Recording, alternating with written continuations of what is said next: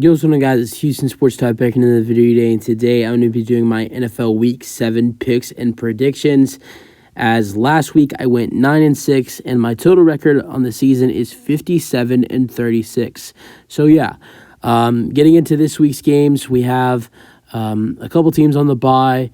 I believe there are 4 teams on the bye: the Texans, the Panthers, the Jets. There's one more team. It's the Panthers, the Texans, the Jets, and there's one more team that's on the bye. I just can't remember that last team that's on the bye. But getting into my predictions for this week, we're going to start off with Thursday Night Football, the Saints and the Jags. Not 100% Trevor Lawrence, who is questionable for this game with a knee injury. And not only that, but he's not going to be 100% if he's able to go. The Saints are at home. They just took a bad loss to the Jags' division rival, the Texans. I don't see the Saints losing this game. I have the Saints winning it 30-20. Then getting into Sunday's games, the potential quarterback matchup in this game. It's looking like it's going to be 4th-round pick Aiden O'Connell for the Raiders at quarterback and undrafted quarterback Tyson Bagent at quarterback for the Bears. Justin Fields is going to be out for a while Jimmy Garoppolo is still could suit up, but is questionable for this ball game with a back injury, and I don't think he'll play. So I think it will be 4th overall pick quarterback versus undrafted rookie quarterback, and I got the Raiders winning this one and winning their 3rd straight game and winning against the Bears 16-10. The Raiders would improve to 4-3. Then the Falcons and the Bucs. You got a division matchup. This is the first division matchup of the week. Actually, there's not a lot of division matchups. There's a couple. Actually, more than I thought there was. You got the Chargers and the Chiefs. That's one. You got the Cardinals and the Seahawks. You got the Bills and the Patriots. You got the Commanders and the Giants, and you got the Falcons and the Bucs. So you got 5.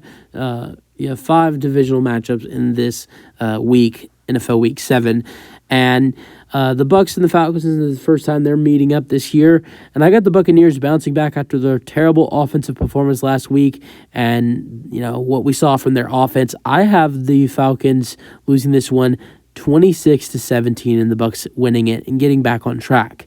Then the Cleveland Browns and the Indianapolis Colts. This is another game where you don't know what the quarterback matchup will look like. Anthony Richardson is out for the season, and Gardner Minshew is the definite starting quarterback for the Indianapolis Colts. That is not a question. We know that Anthony Richardson will be the starter for the Colts, but for the Browns, Deshaun Watson is still dealing with his injury. I believe it's his shoulder injury, and P.J. Walker, I believe, will be the quarterback for the Cleveland Browns this week. I do not see Deshaun Watson going up against the Colts this week, but that's just my opinion. I don't think he's going to be ready to go. But even without Deshaun Watson, I have the Browns beating the Colts 22-17. All right, division matchup here, the Commanders and the Giants. I got an upset. I have the New York Giants beating the Commanders 27-23. The Giants nearly beat the Bills last week without their quarterback, Daniel Jones. Saquon Barkley, this is his 2nd game back.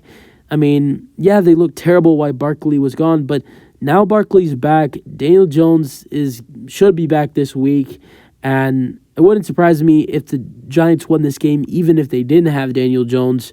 I think it'd just be a little bit harder. I have the Giants winning this one 27-23, but that is only if Daniel Jones is healthy. If Daniel Jones is not healthy, I have the Commanders winning this one 23-13. Then the Buffalo Bills and the Patriots. The Patriots offense is terrible. Their defense is solid. Buffalo Bills win this one 34-16. Then one of my favorite matchups for the whole week. Obviously, I love some of these, late afternoon games. You got the Chargers and the Chiefs. You got the Packers and the Broncos. I know those are 2 teams right there who don't have great records. I just love the history there, with those 2 teams, not against each other. Just like those are 2. I don't know. I just like it's a weird thing if the Packers and the Broncos playing. It interests me. I don't know why. Also, I think the Rams and Steelers should be a good late afternoon game. But the out of all the early afternoon games, the Lions and the Ravens will be the best and could be one of the best of the week. Besides the Sunday night game and the Chiefs and the Chargers. You got the Ravens, who are 4-2, and the Lions, who are 5-1. I got this going to the Lions, even though this is a home game for the Ravens. Although I could see the Ravens handing the Lions their second loss of the season.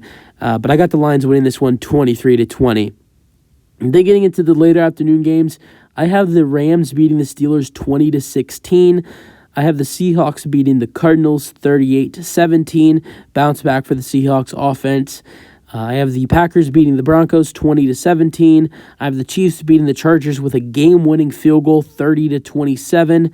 I have the Eagles beating the Dolphins in a shutout 34-31.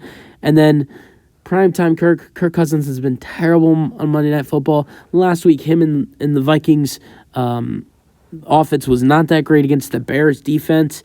I don't see that changing against the against the 49ers defense. I got the 49ers winning this one on Monday Night Football against the Vikings 27-10.